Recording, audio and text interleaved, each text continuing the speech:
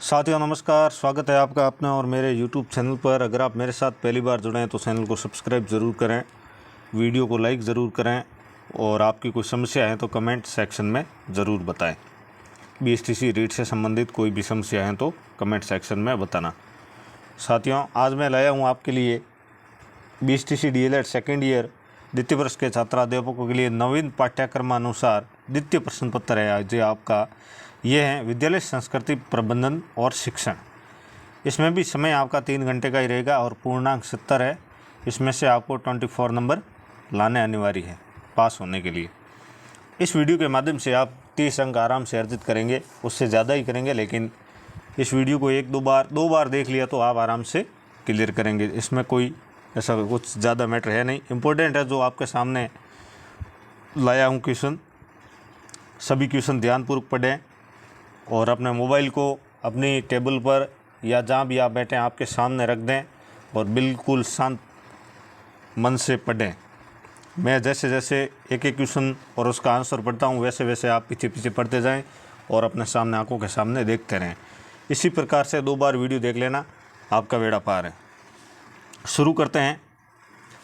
विद्यालय महत्वपूर्ण है क्योंकि विद्यालय व्यक्तित्व विकास के लिए भी महत्वपूर्ण है, विद्यालय आदर्श समाज की स्थापना के लिए भी महत्वपूर्ण है और मानवीय गुणों के विकास के लिए भी महत्वपूर्ण है। तो इसमें आंसर होगा उपयुक्त सभी। ये 2018 में पूछा गया था। एक इम्पोर्टेंट चीज़ ये है, अभी एक कमेंट आया था कि सर आप वो क्वेश्चन कराएं जो पिछली परीक्षाओं में पूछे गए, तो वही क्वेश्चन करा रहा हूँ क्योंकि यही क्वेश्चन रिपीट होते हैं। बाकी ज़्यादा आपका कोई सिलेबस है नहीं। इसमें कुल 7 इकाइयाँ हैं और 7 इकाइयों के इम्पोर्टेंट क्वेश्चन आपके सामने लाया हूँ। और कोई इम्पोर्टेंट हैं तो इसी के अंदर मैंने सेट कर दिया है PDF के अंदर, जो आपके सामने पढ़ा रहा हूँ। अगला क्वेश्चन है, एक अच्छे एवं सफल विद्यालय कार्यालय की विशेषता बताइए। ये 2018 में पूछा गया।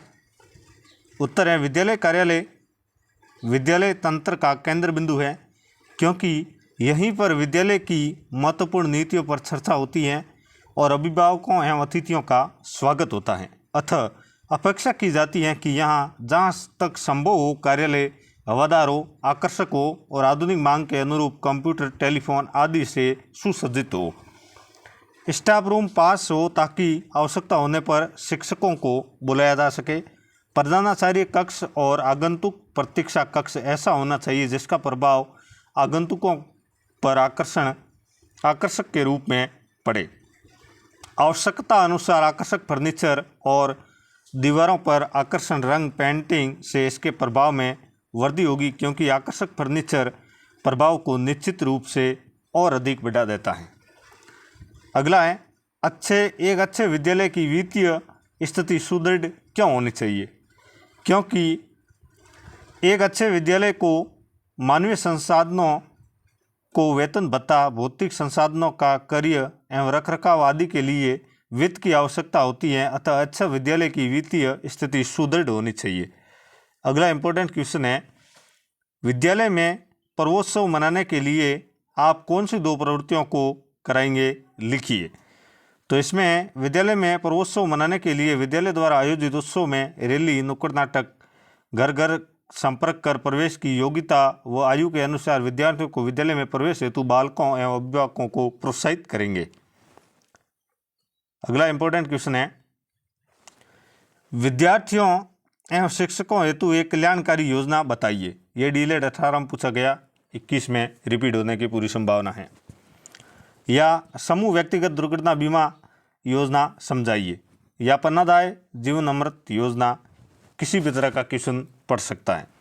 तो विद्यार्थियों के लिए राज्य सरकार द्वारा पन्नादाय जीवन अमृत योजना, जनश्री बीमा योजना, पन्नादाय अमृत योजना को जनश्री बीमा योजना भी कहा जाता है। इसका आरंभ 14 अगस्त 2006 से किया गया।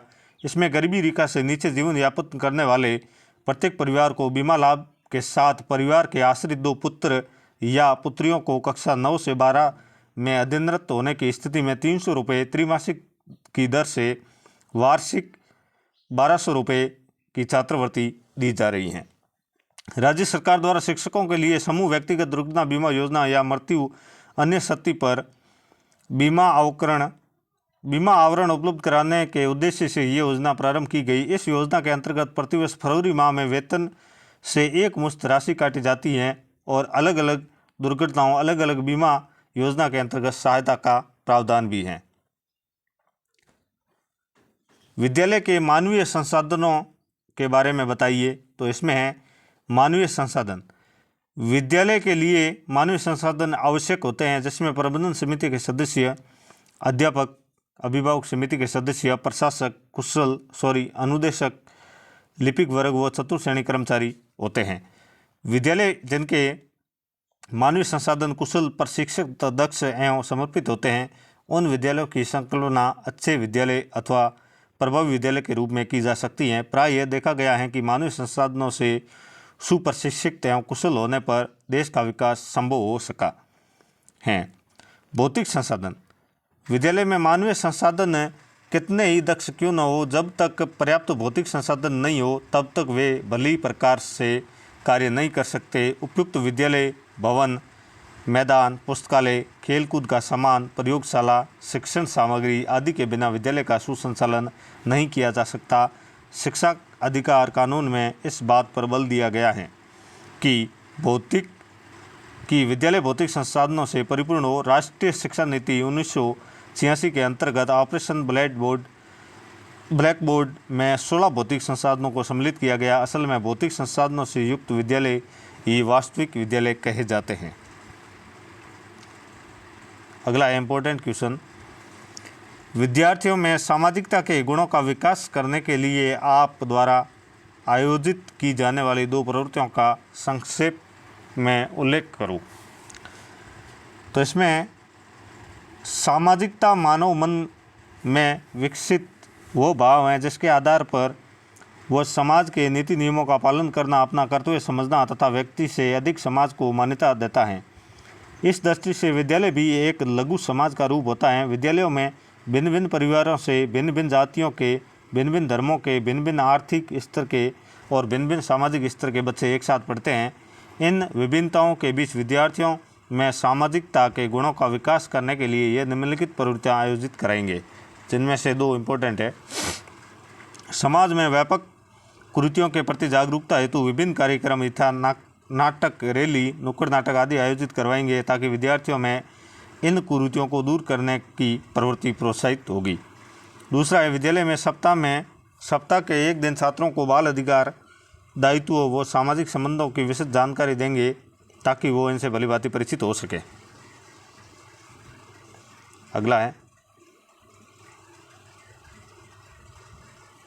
विद्यालय प्रबंधन की आवश्यकता एवं महत्व संक्षिप्त में बताइए, या विद्यालय प्रबंधन की आवश्यकता एवं महत्व भी बताइए।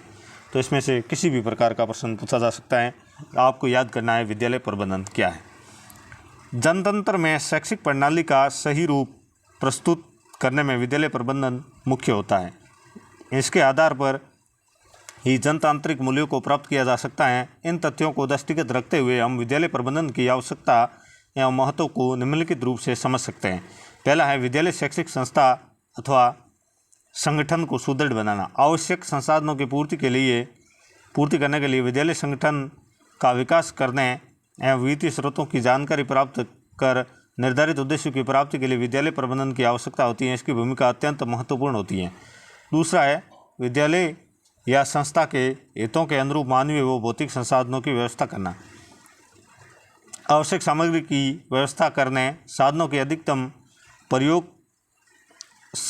अधिकतम उपयोग करने और संसाधनों का अपव्यय से बचाने में विद्यालय प्रबंधन की भूमिका अति आवश्यक एवं अत्यंत महत्वपूर्ण है। तीसरा है, संस्था अथवा संगठन के कार्यों को आगे बढ़ाना। कर्मचारियों से अपनी नीतियों और रीतियों से अधिक कार्य कराने में तथा उसमें दृढ़ निश्चय, मनोबल, आत्मविश्वास एवं साहस बढ़ाने में विद्यालय प्रबंधन की आवश्यकता होती है। इस कार्य की पूर्ति में उसकी भूमिका महत्वपूर्ण होती है। अगला क्वेश्चन कुछ इस प्रकार का है, विद्यालय प्रबंधन समिति क्या है, इसके आवश्यकता एवं संगठन पर प्रकाश डालिए, या विद्यालय प्रबंधन समिति की आवश्यकता लिखते हुए विद्यालय प्रबंधन समिति द्वारा किए जाने वाले कार्यों का उल्लेख कीजिए, या विद्यालय के संचालन में विद्यालय प्रबंधन समिति की भूमिका स्पष्ट करते हुए वर्णन कीजिए, या विद्यालय प्रबंधन समिति के 2 मुख्य उद्देश्य बताई। तो आपको इसमें इतना ही समझना है कि विद्यालय प्रबंधन समिति क्या है, बाकी का आप अपने दिमाग से कर देंगे। तो शुरू करते हैं। उत्तर, निःशुल्क एवं अनिवार्य बाल शिक्षा का अधिकार अधिनियम आरटी 2009 के अनुसार राज्य के प्राथमिक एवं उच्च प्राथमिक विद्यालयों के प्रबंधन हेतु विद्यालय प्रबंधन समिति के गठन का प्रावधान किया गया है। किसके लिए किया गया है?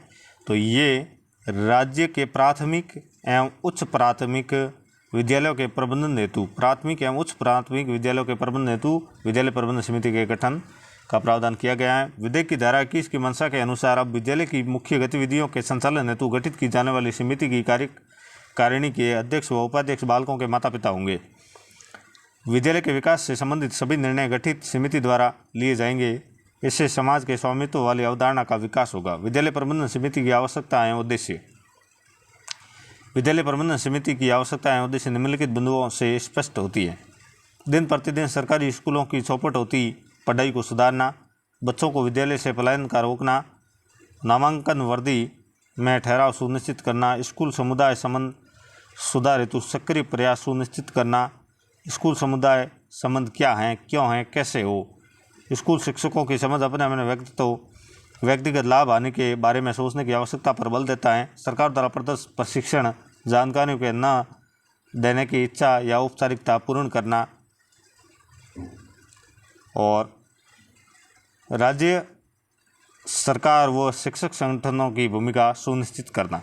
विद्यालय प्रबंधन समिति द्वारा किए जाने वाले मुख्य कार्य, जिसमें से जो महत्वपूर्ण है वो है, पहला, सामान्य जनता को बाल शिक्षा अधिकार अधिनियम 2009 में प्रदत्त बाल अधिकारों की सामान्य जानकारी देना तथा विद्यालय माता पिता अभिभावक एवं संरक्षण के कर्तव्यों की जानकारी देना। अगला इंपॉर्टेंट क्वेश्चन है, राज्य की शिक्षा व्यवस्था में शिक्षा सचिवालय से या शिक्षा सचिवालय का क्या तात्पर्य है या क्या कार्य है? तो राज्य की शिक्षा व्यवस्था में शिक्षा सचिवालय के निम्नलिखित कार्य। शिक्षा सचिवालय राज्य के लिए शिक्षा नीतियाँ निश्चित करते हैं। शिक्षा सचिवालय राज्य शिक्षा संबंधी मामलों या मसलों, सरकारी नियमों के अधीन कार्य करने, शिक्षा विभाग के अधिकारियों की अनुशासन संबंधी समस्याओं को निपटाने का कार्य करता है। यह शिक्षा सचिव शिक्षा मंत्री तथा शिक्षा निदेशालय के बीच एक कड़ी के रूप में कार्य करता है।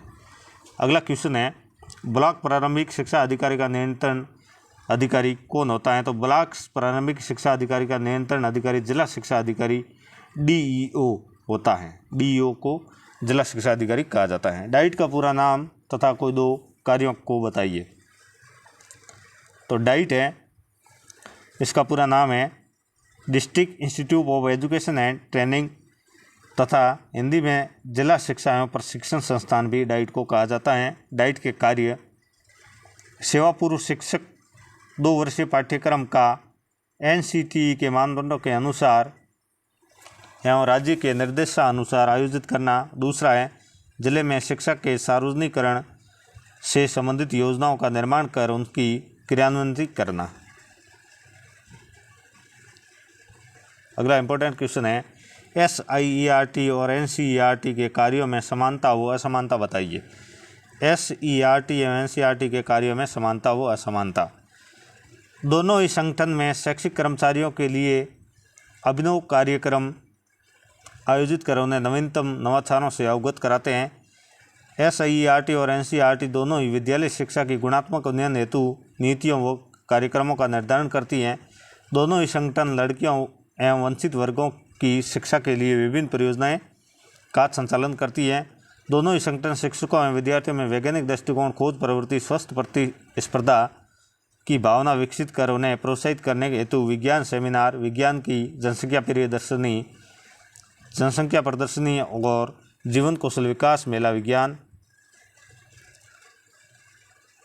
शिक्षण, पत्रवाचन आदि प्रतियोगिताएं आयोजित करते हैं। इसमें असमानता क्या है SIERT और NCERT में? तो ये थोड़ी ध्यानपूर्वक पढ़ लें। क्यों?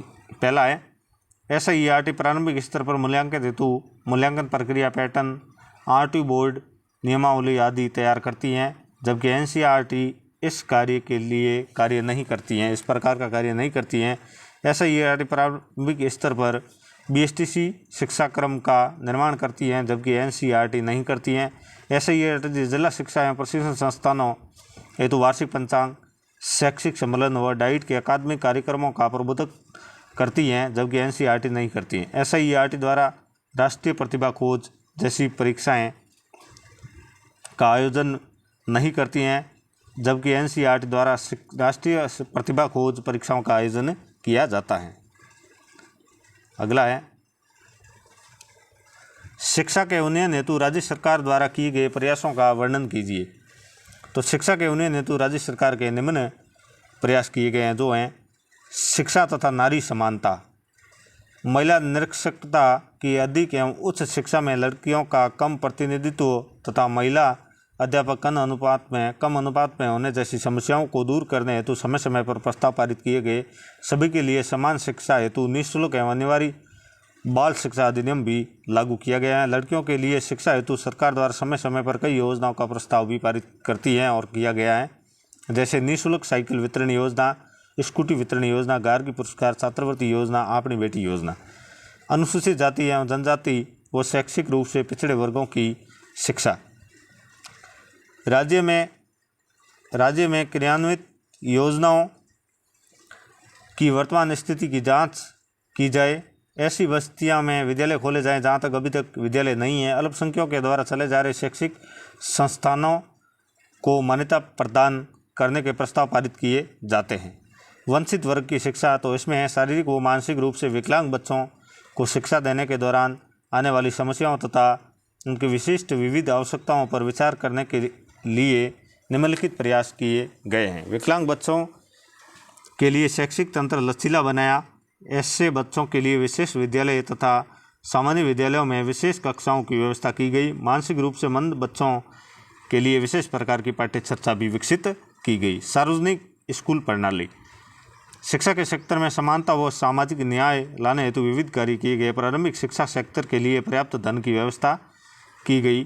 प्रारंभिक स्तर पर बालकों के प्रवेश के लिए चयन प्रक्रिया, ट्यूशन फीस आदि व्यवस्थाओं को समाप्त करने का कानून निर्माण का प्रस्ताव भी किया गया। अगला इम्पोर्टेंट क्वेश्चन है, राष्ट्रीय शैक्षिक अनुसंधान एवं प्रशिक्षण परिषद एनसीईआरटी के प्रमुख कार्यों का विस्तार से वर्णन कीजिए। या राष्ट्रीय शैक्षिक अनुसंधान एवं प्रशिक्षण परिषद के संगठनात्मक ढांचे को बताते हुए उसके कार्यों का विस्तृत विवेचन कीजिए। तो राष्ट्रीय शैक्षिक अनुसंधान एवं प्रशिक्षण परिषद एनसीईआरटी, राष्ट्रीय शैक्षिक अनुसंधान और प्रशिक्षण परिषद नई दिल्ली एक स्वायत्त संगठन है जिसे 9 सितंबर 1961 को स्कूली शिक्षा तथा शिक्षक प्रशिक्षण में गुणात्मक सुधार लाने के लिए स्थापित की गई थी। इसका मुख्यालय नई दिल्ली में स्थित है। यह परिषद मानव संसाधन विकास मंत्रालय को स्कूल शिक्षा संबंधी नीति निर्धारण और उनके क्रियान्वयन में परामर्श देती है। इस संस्था की आर्थिक व्यवस्था का दायित्व केंद्रीय सरकार का है। इसमें निम्नलिखित सदस्य होते हैं, भारत सरकार का शिक्षा परामर्शदाता और दिल्ली विश्वविद्यालय का कुलपति और विश्वविद्यालय अनुदान आयोग का चेयरमैन। और है प्रत्येक राज्य सरकार का एक प्रतिनिधि, भारत सरकार द्वारा मनोनीत 12 सदस्य। और इस परिषद के मुख्य कार्य निम्नलिखित हैं।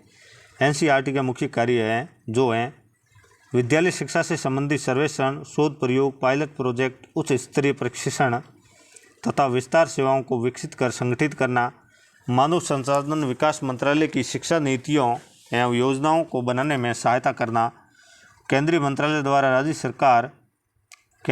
का राज्य सरकार तथा विश्वविद्यालयों के मध्य निरंतर संबंध बनाए रखना, उन्नतशील शैक्षिक विधियों और नवाचारों का प्रचार करना, पाठ्यपुस्तकों, शोधकर्ताओं एवं शिक्षा संबंधी साहित्य को प्रकाशित करना जिससे अध्ययनरत विद्यार्थी नए ज्ञान और सूचनाओं को प्राप्त कर सके। अगला क्वेश्चन है, राज्य के शैक्षिक अनुसंधान एवं प्रशिक्षण संस्थान द्वारा करवाए जाने वाले कार्य लिखो। तो इसमें है शिक्षा के सेक्टर में कार्यरत विभिन्न प्रकार के अधिकारियों एवं कर्मचारियों के लिए अभिनव कार्यक्रम आयोजित कर नवीन नवाचारों से अवगत कराना, शिक्षकों एवं विद्यार्थियों में वैज्ञानिक दृष्टिकोण, खोज प्रवृत्ति, स्वस्थ प्रतिस्पर्धा की भावना विकसित कर उन्हें प्रोत्साहित करने हेतु विज्ञान सेमिनार, विज्ञान एवं जनसंख्या प्रियदर्शनी, जीवन कौशल विकास मेला, विज्ञान शिक्षण, पत्र वाचन आदि प्रतियोगिताएं आयोजित करना।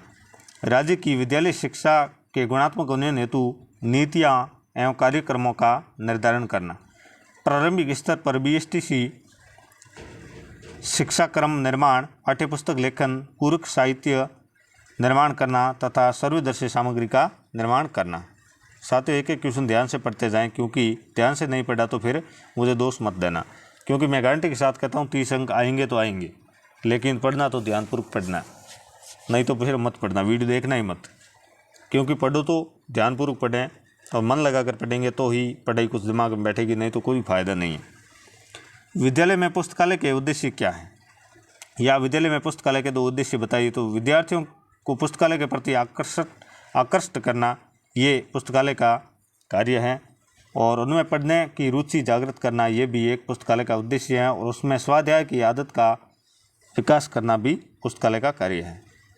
अगला इम्पोर्टेंट क्वेश्चन है, विद्यालय में छात्र के प्रवेश के लिए या प्रवेश की प्रक्रिया का वर्णन कीजिए। तो प्रवेश प्रक्रिया से अभिप्राय विद्यार्थियों को विद्यालय में प्रवेश देने से हैं। सामान्य प्रवेश 2 प्रकार के विद्यार्थियों के लिए होते हैं। पूर्व में ही अध्ययनरत विद्यार्थी का उच्च कक्षा में प्रवेश, जैसे 5वीं का बालक 6ठी में नया प्रवेश लेता है, और नवीन प्रवेश प्राथमिक कक्षा में तथा दूसरे विद्यालय से स्थानांतरित होकर आए विद्यार्थियों का। जैसे कोई बालक पहली बार स्कूल जा रहा है तो उसका प्रथम कक्षा में प्रवेश देना है, या किसी दूसरे विद्यालय से आया है और अलग से कोई दूसरे विद्यालय में प्रवेश ले रहा है, तो 2 प्रकार के प्रवेश हो गए। आगामी सत्र की प्रवेश प्रक्रिया चालू सत्र की समाप्ति पर प्रारंभ हो जाती हैं। ये 2 चरणों में होती हैं, अप्रैल मई में तथा 2 जुलाई के प्रथम पखवाड़े में। प्रारंभिक कक्षाओं में प्रवेश प्रक्रिया विद्यालय में प्रवेशों से प्रारंभ होती है। प्रवेश हेतु विद्यालय में प्रधानाध्यापक के निर्देशन में प्रवेश समिति का गठन किया जाता है। प्रवेश समिति द्वारा प्रवेशोत्सव के दौरान गांव, शहर या सेक्टर में रैली, नाटक, नुक्कड़ नाटक द्वारा प्रवेश की योग्यता व आयु वाले छात्रों को विद्यालय में प्रवेश लेने हेतु प्रोत्साहित किया जाता है। छात्रों को प्रधानाध्यापक की स्वीकृति के पश्चात प्रवेश दिया जाता है, क्योंकि प्रधानाध्यापक के बिना छात्र को विद्यालय में प्रवेश नहीं दिया जाता है। कक्षा प्रथम में प्रवेश। प्रथम कक्षा में प्रवेश के लिए कोई समय सीमा नहीं रखी गई है। राजकीय विद्यालय में प्रवेश के लिए निर्धारित आयु प्राप्त विद्यार्थी कभी भी प्रवेश ले सकता है। किसी भी छात्र को जन्मतिथि प्रमाण पत्र नहीं होने के कारण किसी भी विद्यालय में प्रवेश से वंचित नहीं किया जा सकता। नवोदय विद्यालय के उद्देश्य, ये बहुत इंपॉर्टेंट क्वेश्चन है, इसको ध्यानपूर्वक पढ़ते जाना, क्योंकि इसका एक क्वेश्चन आपके 100% आएगा। तो नवोदय विद्यालय के उद्देश्य क्या है? समता एवं सामाजिक न्याय के साथ श्रेष्ठता के उद्देश्यों की प्राप्ति, देश के विभिन्न भागों मुख्यतः ग्रामीण क्षेत्रों व प्रतिभाशाली बच्चों को एक साथ रहकर शिक्षा प्राप्त करने और अपनी क्षमताओं का पूर्ण विकास करने का अवसर प्रदान करके राष्ट्रीय एकता को बढ़ावा देना। तीसरा है सर्वोत्तम आधुनिक शिक्षा उपलब्ध कराना, जिसमें संस्कृति की सशक्त पहचान, मानवीय मूल्यों, पर्यावरण के प्रति जागरूकता, साहसिक गतिविधियों व शारीरिक शिक्षा के सशक्त घटक सम्मिलित हो। यह नवोदय विद्यालय के उद्देश्य हैं। और चौथा उद्देश्य है त्रिभाषा सूत्र के अंतर्गत यह निश्चित करना कि नवोदय विद्यालयों के सभी विद्यार्थी 3 भाषाओं में पर्याप्त योग्यता प्राप्त कर लेते हैं। अनुभवों एवं सुविधाओं के आदान प्रदान द्वारा प्रमुख रूप से प्रत्येक जिले में विद्यालय शिक्षा की गुणवत्ता के उन्नयन का प्रयास करना। अगला है विद्यालय में बाल सभा कार्यक्रम द्वारा विद्यार्थियों में किन गुणों का विकास किया जा सकता है? तो इसमें शारीरिक, मानसिक एवं सामाजिक योग्यताओं का प्रस्फुटन एवं विकास होता है या किया जा सकता है। इसमें सामूहिकता का भाव जागृत होता है एवं कुरीतियों को दूर करने की भी चेतना विकसित होती है। विद्यालय में समय सारणी के प्रकार व नाम बताइए। तो विद्यालय में समय सारणी के प्रकार 3 प्रकार होते हैं: शिक्षक के अनुसार, कक्षा अनुसार और पाठ्यान्वयन अनुसार। विद्यालय में राष्ट्रीय पर्व मनाने के तो कोई 2 लाभ या राष्ट्रीय पर्व से क्या आशय हैं या हमारे राष्ट्रीय पर्व कौन से हैं? तो 26 जनवरी, 15 अगस्त। इसमें ऐसा कुछ खास है नहीं। राष्ट्रीय पर्व मनाने के लाभ पढ़ लेते हैं क्योंकि ये इम्पोर्टेंट है। हमारी सभ्यता व संस्कृति को समझने में मदद करते हैं राष्ट्रीय पर्व। और राष्ट्रीय पर्व बालकों द्वारा देश की भावनात्मक व राष्ट्रीय एकता को सुदृढ़ बनाने में अपनी सकारात्मक भूमिका निभाई जाती है और एकता के साथ बिना किसी भेदभाव के व्यवहार किया जाता है तथा वही शिक्षा मिलती है। राष्ट्रीय मूल्यों का संक्षेप में वर्णन कीजिए। तो राष्ट्रीय मूल्य उद्देश्यों की प्राप्ति में सहायक होते हैं, जैसे राष्ट्र प्रेम, स्वतंत्रता, प्रजातंत्र, अभिवृद्धि और राष्ट्रीय संपत्ति का सम्मान इत्यादि। नीति शास्त्र में समाज व संस्कृति से क्या संबंध है? तो नीति शास्त्र का सामाजिक स्वरूप प्रत्येक समाज 3 प्रमुख नैतिक मूल्यों के अभाव में जीवित नहीं रह सकता। ये मूल्य प्रेम, सहानुभूति, सहयोग। नीति शास्त्र में वर्णित आदर्शों और व्यवहार मानदंड ऐसे हो जिनके द्वारा प्रत्येक मनुष्य में इन मूलभूत नैतिक मूल्यों का विकास हो सके। नीति शास्त्र का सांस्कृतिक स्वरूप। भारत में विविध संस्कृति के लोग रहते हैं। आज हमारे देश की सबसे बड़ी आवश्यकता है सांस्कृतिक सहिष्णुता। अतः नीति शास्त्रों में इस मूल्य के विकास के लिए सामाजिक सांस्कृतिक क्रियाओं की रचना इस प्रकार की जाए कि विभिन्न संस्कृतियों के परिवेश में पले मनुष्यों में परस्पर सांस्कृतिक सहिष्णुता का भाव जागृत हो सके। अगला इम्पोर्टेंट क्वेश्चन है, समाज में शिक्षक वैज्ञानिक दृष्टिकोण का वाहक कैसे होता है? स्पष्ट कीजिए। आज का कलयुग वैज्ञानिक है, अतः शिक्षक के प्रत्येक कार्य और व्यवहार में वैज्ञानिकता और तर्क क्षमता का समावेश होता है। कक्षा शिक्षण के दौरान और विद्यालय की अन्य गतिविधियों के संचालन के समय अनुभव की जाने वाली समस्याओं के समुचित विश्लेषण कर उनका युक्ति युक्त हल ढूंढने का कार्य वैज्ञानिक दृष्टिकोण से ही संभव होता है। शिक्षक का यह वैज्ञानिक दृष्टिकोण छात्रों में स्थानांतरित होता है, जिससे छात्रों में वैज्ञानिक दृष्टिकोण विकसित होता है। इसी कारण समाज में शिक्षक को वैज्ञानिक दृष्टिकोण का वाहक माना जाता है। अगला क्वेश्चन है, शिक्षक का संवेदनशील होना क्यों आवश्यक है? तो शिक्षक के लिए संवेदनशील होना जरूरी है। कक्षा में असामान्य व्यवहार वाले विद्यार्थियों की समस्या को एक संवेदनशील शिक्षक ही भलीभांति समझ सकता है। शिक्षक के इस गुण के दौरान वो ज़रूरतमंद विद्यार्थियों की मदद कर सकता है तथा उसकी समस्याओं का विश्लेषण कर अपनी क्षमता अनुसार समाधान कर सकता है। इसके लिए उसमें दया, करुणा, क्षमताशीलता आदि की भावना की अपेक्षा रहती है। संवेदनशीलता के अभाव में वो अपने समस्याग्रस्त विद्यार्थियों के प्रति उदासीन रहता है और उसकी समस्या की तरह समस्या जस की तस रह जाती है। अगला क्वेश्चन है, एक शिक्षक के व्यक्तित्व में कौन से प्रेरक तत्व होने चाहिए? तो प्रेरक तत्व है, ये पढ़ लेते हैं। शिक्षक के व्यक्तित्व के निर्माण में प्रेरक तत्व। ये प्रेरक तत्व शिक्षक के व्यक्तिगत को प्रभावशाली बनाने में मुख्य भूमिका का निर्वहन करते हैं। शिक्षा का नित्य कुछ न कुछ तो वातावरण से सीखता है, अपितु अतीत से जुड़कर अनेक अनुभवों को प्राप्त करता है। इस दृष्टि से ऐतिहासिक संदर्भ में वर्तमान स्थितियाँ इसके लिए मसाल एवं मिसाल का महत्वपूर्ण कार्य करते हैं। प्रेरक तत्वों की प्रेरणा से शिक्षक के व्यक्तित्व में ऐसा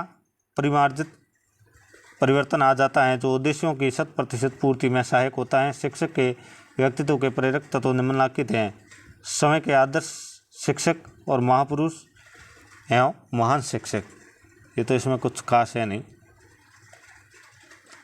अगला क्वेश्चन देखते हैं, अनुसंधान के अंतर्गत प्राय कौन कौन से 3 कार्य होते हैं? तो ये इम्पोर्टेंट है। इसमें किसी नए सत्य की खोज करना, पुराने स्थापित सत्यों की पुनः खोज करना या उसे पुनः सत्यापन करना, तत्वों में निहित नए संबंधों को स्पष्ट करना। लास्ट क्वेश्चन है आपका, ऐतिहासिक अनुसंधान के सोपान बताइए। तो शोधीय समस्या शीर्षक का चयन व कथन, दंत संग्रहण स्रोत निर्धारण, प्राथमिक एवं गौण स्रोत, दंत संग्रहण पुस्तकालय, अध्ययन एवं लेने की विधि, संग्रहित दंतों की प्राथमिकता, प्रामाणिकता एवं वैधता, बाहरी एवं आंतरिक आलोचना और दत्त प्रस्तुतिकरण एवं विश्लेषण और दत्त व्याख्यान, निरूपण एवं निष्कर्ष। धन्यवाद साथियों पूरा वीडियो देखने के लिए। मैं आपको सभी विषयों के वीडियो अपलोड करके डाल दूंगा एग्ज़ाम से पहले। लेकिन आप वीडियो को बिल्कुल भी स्किप ना करें, पूरा का पूरा देखें, तो ही आपको कुछ समझ में आएगा, तो ही कुछ सीखेंगे, तो ही कुछ एग्ज़ाम में लिखेंगे, नहीं तो कुछ फ़ायदा होने वाला नहीं है। बाकी कोई फालतू को कमेंट नहीं करें। इस प्रश्न पत्र में कोई समस्या हुई हो तो नीचे कमेंट बॉक्स में बता दें मुझे। और भी आपको किसी भी तरह की कोई समस्या है तो मुझे कमेंट बॉक्स में ज़रूर बताना, मैं उसका निदान करने की पूरी कोशिश करूँगा, सदैव आपके लिए तत्पर रहूँगा। धन्यवाद।